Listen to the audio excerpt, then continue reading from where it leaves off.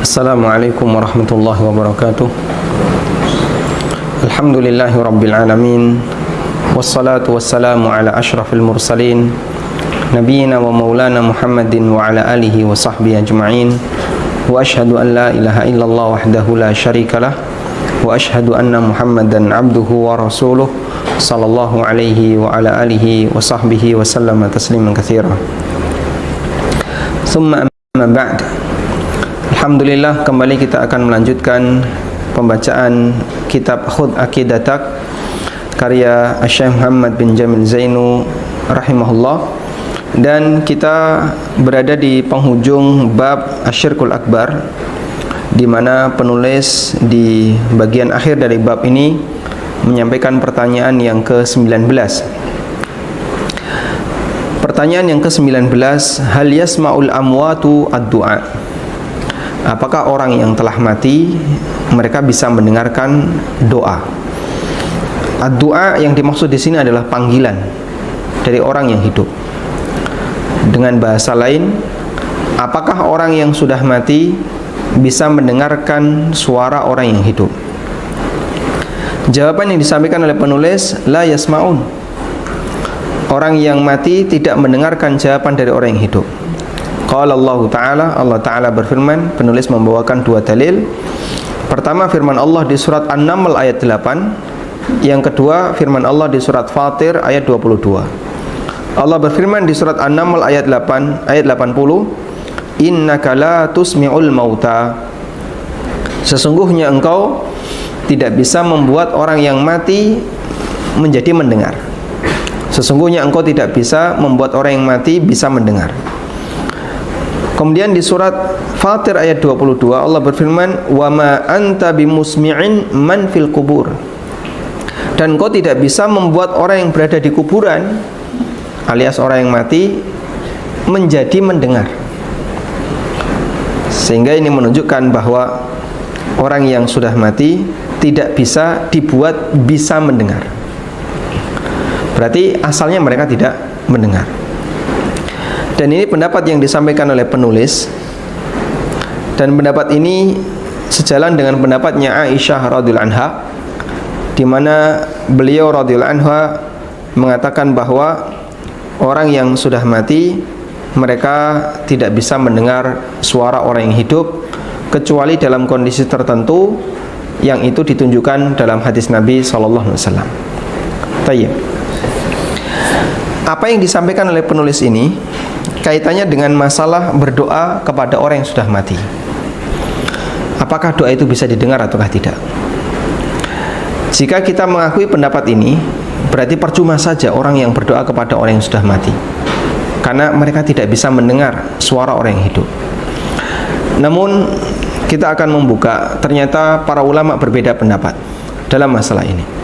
Apakah orang yang sudah mati bisa mendengar suara orang yang hidup ataukah tidak bisa mendengar? Syekhul Islam dalam keterangan beliau ketika beliau ditanya tentang masalah ini, yang dikutip di Majmu' Fatawa, di referensi saya jilid yang ke-12, beliau pernah mendapatkan pertanyaan, halil mayyitu yasma'u kalama zairihi? Apakah mayit bisa mendengar pembicaraan, bisa mendengar suara orang yang mengunjunginya, orang yang menziarahinya? Fa'ajaba rahimahullah, lalu beliau rahimahullah memberikan jawaban, alhamdulillahi rabbil alamin. Muqaddimahnya alhamdulillahi rabbil alamin. Jawaban beliau, na'am yasma'ul mayyitu fil jumlah kama thabata fis sahihaini anin nabi sallallahu alaihi wasallam annahu qala yasma'u khafaqa ni'alihim hina yuwalluna anhu. Mayit bisa mendengar secara umum. Kata beliau, secara umum mayit bisa mendengar suara orang yang hidup. Sebagaimana disebutkan dalam hadis riwayat Bukhari Muslim, Nabi sallallahu alaihi wasallam bersabda, sesungguhnya mayit bisa mendengar suara sandal, suara alas kaki orang-orang yang mengiringinya, hina yuwalluna anhu, ketika mereka meninggalkan mayit ini. ketika mereka meninggalkan mayit ini. Begitu jenazah sudah selesai dimakamkan, kemudian orang-orang berdoa, lalu setelah itu mereka bubar. Mayit mendengar suara sandal-sandal mereka ketika meninggalkannya, sehingga suasana itu membuat si mayit semakin kesepian, semakin sendirian, karena saat ini orang-orang yang telah mengiringinya meninggalkannya. Wa thabata 'anil Nabi sallallahu alaihi wasallam annahu taraka qatla Badrin thalathan thumma atahum. Juga disebutkan dalam hadis yang sahih, setelah terjadinya peristiwa perang Badar, Nabi sallallahu alaihi wasallam meninggalkan mereka selama 3 hari. Thumma atahum, setelah itu Nabi sallallahu alaihi wasallam mendatangi mereka. Lalu dikumpulkan jasad-jasad orang-orang kafir yang mati di perang Badar, termasuk jasadnya Abu Jahal, Umayyah bin Khalaf, Utbah bin Rabi'ah, Syaibah bin Rabi'ah, dan beberapa pentolan-pentolan orang kafir yang lainnya. Setelah mereka dikumpulkan semuanya, lalu Nabi SAW ceramah di tengah jasad-jasad itu, ceramah di dekat jasad-jasad itu. Hal wajadtum ma wa'ada rabbukum haqqan? Apakah kalian telah menjumpai kebenaran dari apa yang dijanjikan oleh Rabb kalian? Fa inni qad wajadtu ma wa'adani rabbi haqqan. Sungguh aku telah menjumpai apa yang dijanjikan oleh Rabbku adalah kebenaran. Fasami'a Umar radhiyallahu anhu, dan Umar mendengar apa yang disampaikan oleh Nabi sallallahu alaihi wasallam ini. Faqala, lalu Umar bertanya, ya Rasulullah, kaifa yasma'un wa anna yujibun wa qad jifu? Ya Rasulullah, gimana mereka bisa mendengar dan mana mungkin mereka bisa merespon sementara mereka sudah jadi bangkai? Faqala, kemudian Nabi sallallahu alaihi wasallam bersabda, walladzi nafsi biyadihi ma anta bi asma'a lima aqulu minhum walakinnahum la yaqdiruna ayyujibu. Demi zat yang jiwaku berada di tangannya, sungguh kalian tidak lebih mendengar dibandingkan mereka terhadap apa yang aku ucapkan, hanya saja mereka mampu untuk memberikan respon, mereka nggak bisa jawab. Nah, kemudian juga disebutkan dalam hadis riwayat Bukhari Muslim, di mana Nabi sallallahu alaihi wasallam memerintahkan kita untuk menyampaikan salam kepada penghuni kubur ketika kita melewati pekuburan, ketika kita melewati pemakaman, dengan beberapa redaksi yang beliau ajarkan. Di antaranya adalah ucapan assalamualaikum ahlad diyar minal mu'minina wal muslimin wa inna insyaallah bikum lalahikun wa yarhamullahu al-mustaqdimina minna wal mustakhirin nas'alullaha lana wa lakumul afiyah. Dan kalimat-kalimat yang semisal yang itu diucapkan ketika orang ziarah kubur. Assalamualaikum ya ahlal kubur, assalamualaikum ya ahlad diyar, assalamualaikum ya ahlad diyar minal muslimina wal mu'minin wa inna insyaallah bikum lalahikun. Atau kalimat yang semisalnya, yang ini juga disebutkan dalam hadis riwayat Bukhari Muslim. Kemudian Syekhul Islam mengatakan, fahadhin nususu wa amsaluha tubayyinu annal mayyita yasma'u fil jumlati kalamal hayy. Maka nas sebagaimana yang tadi kita bacakan, dalil-dalil yang tadi kita sebutkan, dan yang semisal menjelaskan bahwasanya mayit bisa mendengar ucapan orang yang hidup secara umum. Mayit bisa mendengar ucapan orang yang hidup secara umum. Baik, beliau hanya menyampaikan mayit bisa mendengar. Kemudian beliau kasih catatan, wala yajibu ayyakuna sam'u lahu daiman. Meskipun bukan berarti mayit itu bisa mendengar terus. Bukan berarti mayit bisa mendengar terus. Bal qad yasma'u fi halin duna halin. Namun yang terjadi kadang mayit mendengar, kadang tidak mendengar. Kama qad ya'ridu lil hayy fa innahu qad yasma'u ahyanan khitabu man yukhatibuhu wa qad la yasma'u li 'aridin ya'ridu lahu. Sebagaimana kadang terjadi pada orang yang hidup. Orang yang hidup kadang bisa mendengar, kadang dia tidak mendengar karena ada penghalang tertentu. Wa hadza sam'u idrak. Dan yang dimaksud oleh beliau mayit bisa dan tidak mendengar di sini maksudnya adalah mendengar dalam arti bisa menangkap suara. Laisa yatarattabu alaihi jaza, sehingga pendengarannya itu tidak memberikan pengaruh kepada masalah balasan. Maka tidak kemudian mayit ketika mendengarkan Quran di kuburan terus nambah pahala. Karena begitu orang sudah mati, amalnya terputus. Coba kamu setelkan murattal di kuburan. Mendengarkan Al-Quran kan termasuk di antara bentuk ibadah. Betul, mendengarkan Quran termasuk di antara bentuk ibadah. Memperhatikan bacaan Quran termasuk bentuk ibadah. Karena Allah perintahkan itu dalam Al-Quran. Wa idza quri'al Qur'anu fastami'u lahu wa ansitu la'allakum turhamun. Kalau ada Quran dibacakan, maka perhatikan dan dengarkan agar kalian dirahmati. Ketika mayit mendengarkan suara Quran, apakah dia mendapatkan balasan? Jawabannya tidak. Karena kata beliau, yang dimaksud mayit bisa mendengar di sini hanyalah sebatas bisa menangkap suara. Laisa yatarattabu alaihi jaza, namun tidak ada pengaruh balasan. Sehingga andaikan mayit mendengarkan dua orang yang sedang gerenengan, yang sedang rasan-rasan, sedang menggunjing, si A dan si B menggunjing C di dekat kuburan D, apakah D turut berdosa karena dia mendengar suara dua orang ini yang sedang ngobrol menggunjing C? Ketika orang masih hidup mungkin dia ikut berdosa. A dan si B sedang menggunjing C, lalu Anda ikut di situ, dengerin, dan Anda menikmati. Anda nggak ngomong sepeser pun, tapi Anda menikmati. Maka Anda ikut berdosa. Anda ikut berdosa karena berada di forum ghibah. Terus kalau misalnya ada orang yang ghibah di kuburan, mayat mendengar, apakah mayat berdosa? Jawabannya tidak. Kenapa? Laisa alaihi jaza. Nggak ada pengaruh balasan sama sekali. Wala huwa sam'ul manfi biqaulihi innaka la tusmi'ul mauta. Dan ini bukanlah pendengaran yang ditiadakan oleh Allah dalam Al-Quran, yaitu surat An-Naml ayat 80. Sesungguhnya engkau tidak bisa membuat orang yang mati jadi mendengar. Innaka la tusmi'ul mauta. Fa innal murada bidzalika sam'u qabulin wal imtithal.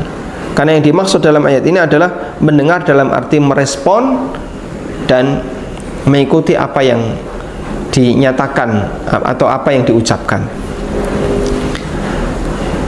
Tayyib. Sehingga coba kita lihat di sini ya. Syekhul Islam rahimahullah menegaskan bahwa mayit bisa mendengar tapi tidak bisa merespon. Dan makna firman Allah Ta'ala yang dibawakan oleh penulis di surat An-Naml ayat 80 itu ditafsirkan oleh Syekhul Islam, innaka la tusmi'ul mauta, sesungguhnya engkau tidak bisa membuat orang yang mati jadi mendengar. Maknanya adalah mendengar dalam arti merespon. Coba kita tambahkan sedikit penjelasan agar bisa lebih memahami. Istilah mendengar dalam bahasa syariat secara umum bisa kita nyatakan memiliki dua makna. As-sam'u, pendengaran. Yang pertama maknanya adalah idrak. As-sam'u bimakna idrak. Yang kedua maknanya adalah ijabah. As-sam'u bimakna ijabah. Mendengar dalam bahasa Arab itu bisa kita maknai, yang pertama adalah idrak. Idrak artinya menangkap objek suara.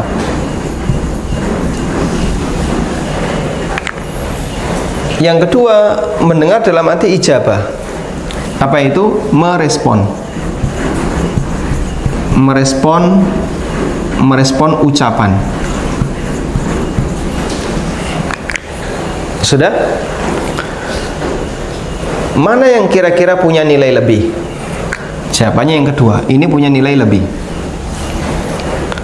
Karena sebatas menangkap suara, ini bisa dimiliki oleh siapapun selama dia punya indera pendengaran. Ada kambing bisa nggak mendengar suara kita? Bisa. Buktinya apa? Coba kamu kasih suara bedil, dor. Lari nggak dia? Oh lari dia, ketakutan. Oh berarti dia mendengar suara. Baik. Sekarang apakah dia merespon? Teriaki, hei kambing, panggil. Noleh nggak dia? Nggak, sama sekali nggak respon. Baik. Berarti dia mendengarnya hanya idrak, tapi tidak bisa ijabah. Sudah? Nah, kata Syekhul Islam, mendengarnya mayit itu mendengar idrak, mendengar suara, tapi tidak bisa merespon. Dan peniadaan tidak bisa merespon itu dinyatakan oleh Nabi SAW dalam hadis yang tadi kita ceritakan. Beliau kumpulkan jasad-jasadnya orang-orang kafir, lalu beliau ceramah di depan mereka. Kemudian Umar bertanya, apakah mereka bisa mendengar Anda ya Rasulullah? Jawab beliau, kalian tidak lebih mendengar dibandingkan mereka, walakinnahum la yujibun, tapi mereka tidak bisa merespon. Nah, kita kadang mengucapkan kalimat seperti ini dalam kegiatan ibadah yang kita lakukan. Misalnya ketika sholat, kita melakukan tasmi', kita mengucapkan Sami Allahu liman hamidah, Sami Allahu liman hamidah. Allah mendengar orang yang memujinya. Allah mendengar orang yang memujinya. Apa makna Allah mendengar orang yang memujinya? Tentu tidak sebatas mendengar dalam arti menangkap suara. Karena Allah mendengar semua suara, baik yang isinya pujian untuk Allah maupun suara yang tidak ada unsur pujian untuk Allah. Bahkan suara celaan, suara jelek, semuanya didengar oleh Allah. Lalu apa makna pernyataan kita ketika kita i'tidal? Sami Allahu liman hamidah. Tentu maknanya bukan sebatas Allah menangkap suara orang yang memujinya, karena nggak ada pengaruh sepeser pun. Maka yang dimaksud Sami Allahu liman hamidah di sini adalah Allah merespon makhluk yang memujinya. Dengan Allah akan kasih pahala dia, Allah kasih penghargaan kepadanya. Allah merespon makhluk yang memujinya. Karena itu, begitu kita selesai mengucapkan Sami Allahu liman hamidah, maka kita ikuti dengan kalimat Rabbana walakal hamdu. Ya Allah, wahai Rabb kami, hanya milikmu segala bentuk pujian. Karena Allah merespon orang yang memujinya.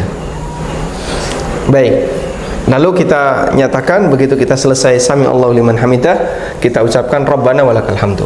Dan itulah as-sam'u bimakna al-ijabah, mendengar dalam arti merespon. Sudah?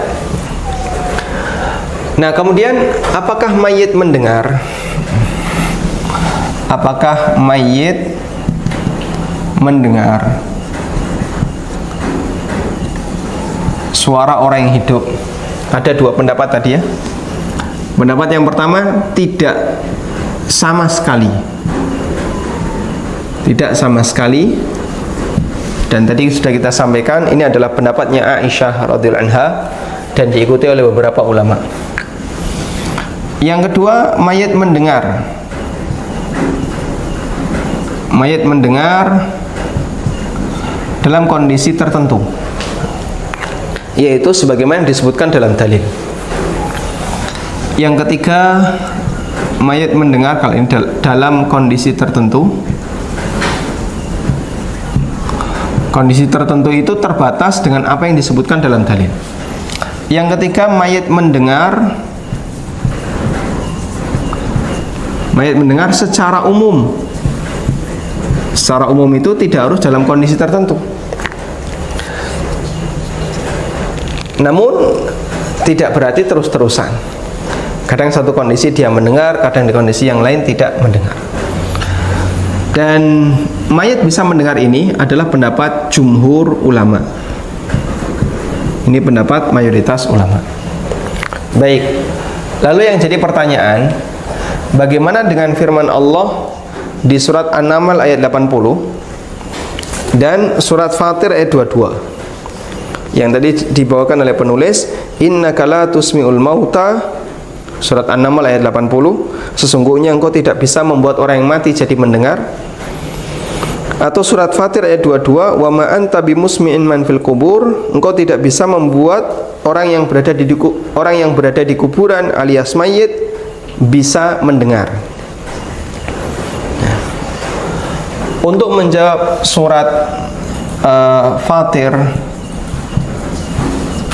surat Fatir ayat 22 ya, dan surat An-Naml ayat 80 ayat 80, menurut jumhur ulama dua ini dipahami untuk makna merespon, sehingga mereka tidak mendengar, maksudnya adalah mereka tidak bisa merespon. Karena mayit kalaupun dimintai sesuatu dia nggak bisa merespon sama sekali, tapi mereka mendengar. Sudah? Nah, sekarang kita kembali kepada masalah doa kepada mayit. Berdoa kepada mayit. Baik.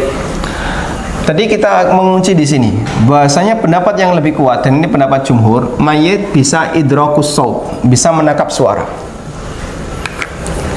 Ini kita kunci ya, dan ini kita anggap sebagai pendapat yang lebih kuat, bahwa mayit bisa menangkap suara, mayit bisa mendengar. Ini pendapat jumhur. Pertanyaan berikutnya adalah, bolehkah orang yang hidup itu ngobrol dengan mayit, bicara dengan orang yang sudah mati? Karena kita yakin dia bisa menangkap suara, meskipun dia nggak bisa merespon. Bolehkah kita bicara dengan mayit? Maka sebelum kita bahas masalah doa, pertama yang akan kita bahas adalah, bolehkah bicara dengan mayit?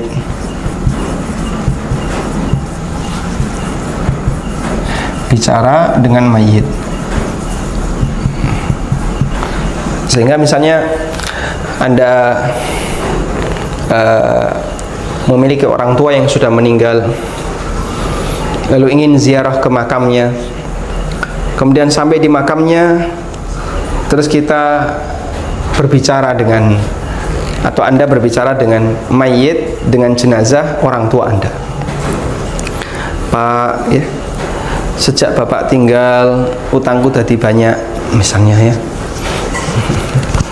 Atau ya, Anda bicara dengan mayit. Itu boleh atau tidak?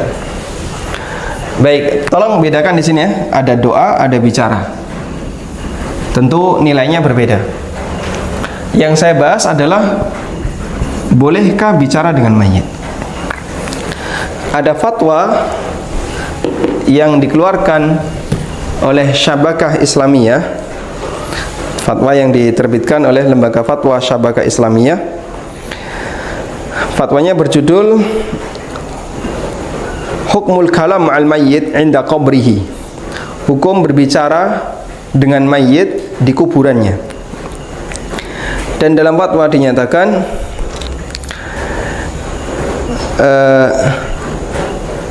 fala syakka anna as-sa'il al-karim qad ahsana fi ziyarati qabri ummihi wa du'aihi laha, wa amma mas'alatu kalamihi ma'aha bi tariqatil madhkurah fi su'al ma'a ilmihi bi wafatiha talaban li rahati nafsihi la akthar fala nara fi dhalika harajan syar'iyya. Penanya sudah melakukan hal yang bagus karena dia berziarah ke makam ibunya dan mendoakan ibunya. Sedangkan masalah berbicara dengan ibunya dengan cara sebagaimana disebutkan dalam pertanyaan, ya, yaitu dia cuma menyampaikan yang ngobrol dengan ibunya, tapi ibunya di kuburan ya, dalam rangka untuk menghibur dirinya, biar dia merasa tidak terlalu sedih. Dia merasa tidak terlalu sedih dalam rangka untuk menghibur dirinya. Maka kata beliau, kata fatwa ini, fala nara fi dzalika harajan syar'iyyan. Ya. Di sini dinyatakan enggak ada masalah secara syar'i. Li'adamid dalilil mani' min dzalika, karena tidak ada dalil yang melarang hal itu. La siyama warrajihu alladhi alaihi jumhurul ulama annal mayyita yasma'u kalama zairihi fil jumlah. Terlebih lagi, menurut pendapat yang kuat, dan ini pendapat jumhur ulama, bahwa mayit bisa mendengar suara orang yang mengunjunginya, yang menziarahinya secara umum. Karena itu bicara dengan mayit hukumnya diperbolehkan. Dan sebagaimana itu juga kita lakukan ketika kita ziarah kubur, maka kita mengucapkan assalamualaikum ahlad diyar, assalamualaikum ya ahlal kubur, keselamatan untuk kalian, assalamualaikum wahai penduduk kubur. Dan kalimat yang semisal yang itu kita nyatakan dengan kalimat, atau kita gunakan kata ganti orang kedua, keselamatan untuk kalian. Andaikan mereka dilarang untuk diajak bicara, berarti jangan pakai kata ganti kalian, tapi pakai kata ganti dia. Ya Allah ampunilah mereka, ya Allah ampunilah dia, kata ganti orang ketiga. Dan ada dalil yang lain yang insya Allah ini cukup kuat untuk menunjukkan hal ini adalah ketika Nabi SAW ditinggal wafat oleh Ibrahim putranya. Nabi SAW mengatakan di saat beliau menggendong Ibrahim, wa inna bifiraqika ya Ibrahimu lamahzunun, dan kami merasa sangat sedih wahai Ibrahim ketika harus berpisah dengan kamu. Dan itu sebelum Ibrahim dimakamkan, digendong oleh Nabi SAW. Lalu Nabi SAW mengucapkan itu sambil meneteskan air mata. Kemudian para sahabat melihat Rasulullah SAW menangis, ya. Dan beliau mengatakan, innala nu'adzabu bihadza, kita tidak dihukum, tidak diazab karena air mata yang keluar, karena itu bagian dari rahmat dan kasih sayang yang Allah Ta'ala berikan kepada setiap hambanya.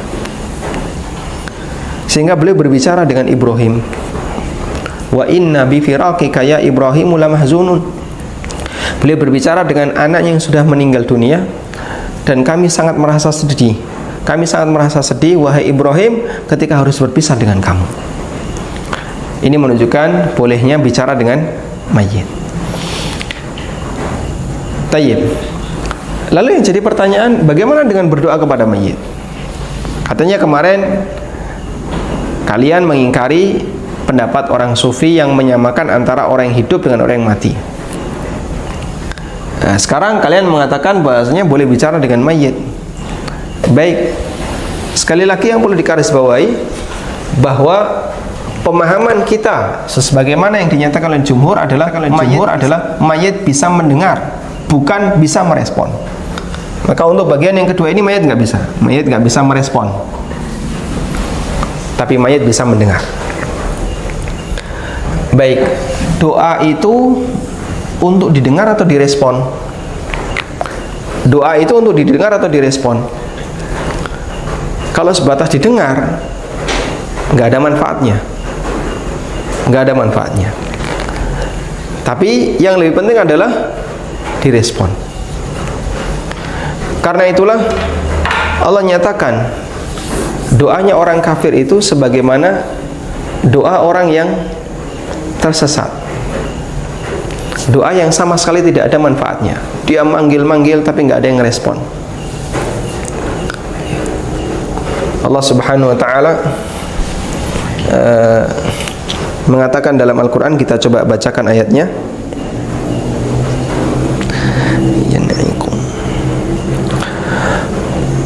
di surat Al-Baqarah ayat 171. Wa mathalul ladzina kafaru kamathalil ladzi yan'iqu bima la yasma'u illa du'aan wa nidaa. Summum bukmun umyun fahum la yaqilun. Perumpamaan orang kafir seperti orang yang meneriaki sesuatu yang tidak bisa mendengar selain hanya panggilan-panggilan saja,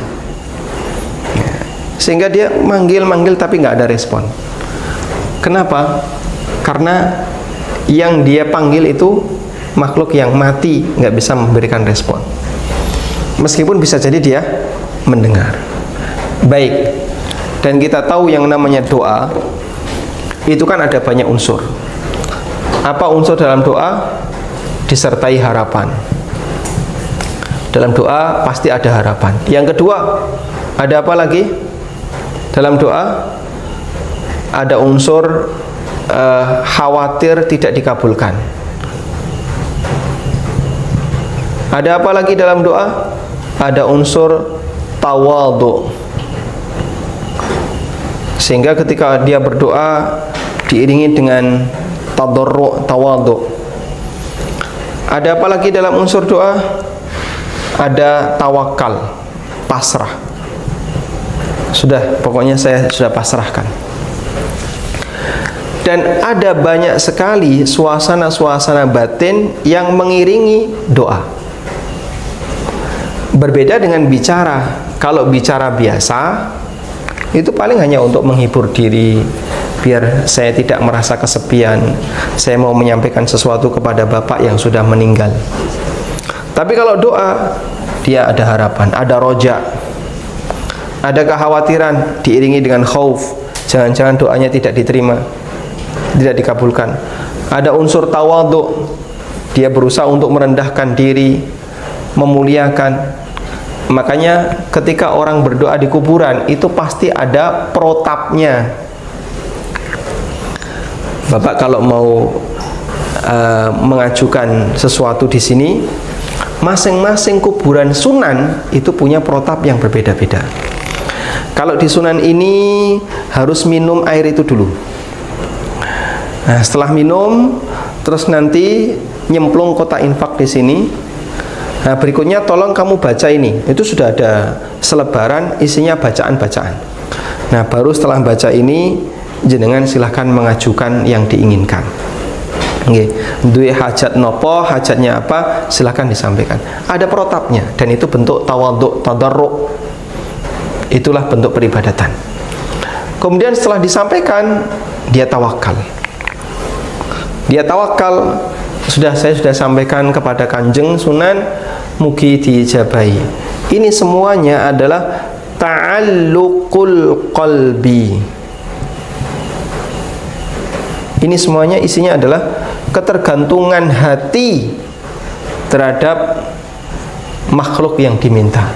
Dan ta'alluqul qalbi, ketergantungan hati kepada makhluk yang diminta, menyebabkan perbuatan itu termasuk di antara bentuk beribadah kepada selain Allah Subhanahu wa taala. Sehingga berbeda antara bicara biasa dengan diiringi bentuk harapan, kekhawatiran, tawadhu. Bicara biasa dengan mayit nggak ada harapan. Bahkan mungkin dia hanya sebatas untuk menghibur diri. Pok rungono nggak ngefek. Nggak ada bentuk kekhawatiran, jangan-jangan apa yang saya sampaikan nggak direspon, karena dia tahu nggak bakalan direspon. Tidak ada unsur tawadhu, tidak ada unsur khudu, ya, di hadapan yang diminta, ya.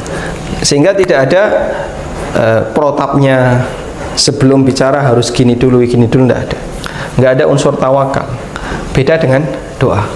Makanya untuk doa kepada mayit ini jelas hukumnya syirik akbar. Dan itu berbeda dengan sebatas berbicara dengan mayit. Wallahu ta'ala alam. Tayyib, mungkin itu yang bisa kita sampaikan sebagai pengantar di kesempatan kali ini. Walhamdulillahirabbil alamin. Dan sekali lagi kita ingatkan bahwa dalam masalah apakah mayit bisa mendengar ataukah tidak, ulama beda pendapat.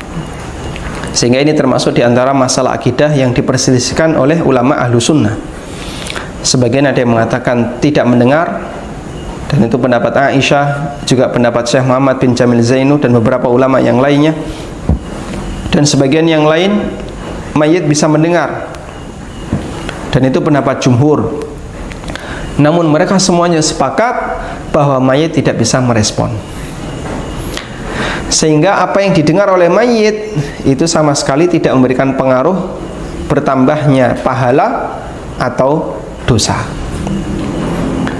Karena itu praktek yang dilakukan oleh sebagian orang ketika ada orang yang baru saja dimakamkan, ada mayit yang baru saja dimakamkan, lalu dia ngasih talqin di kuburan, fulan bin fulan, nek kowe engko ditekani malaikat, moko aja kaget, sak menika malaikat mungkar dan nakir.